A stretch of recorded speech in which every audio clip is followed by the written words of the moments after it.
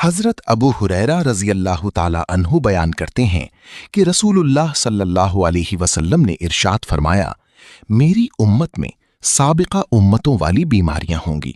सहाबाए किराम ने पूछा, या रसूल अल्लाह, साबिका उम्मतों वाली बीमारियां क्या हैं? आप सल्लल्लाहु अलैहि वसल्लम ने फरमाया, अकड़, इतराना, माल जमा करना, दुनिया में ज्यादा दिलचस्पी, एक दूसरे के साथ छुपी हुई दुश्मनी रखना, एक दूसरे के साथ हसद करना, बगावत करना। मुस्तदरिक इमाम हाकिम, हदीस नंबर 7311।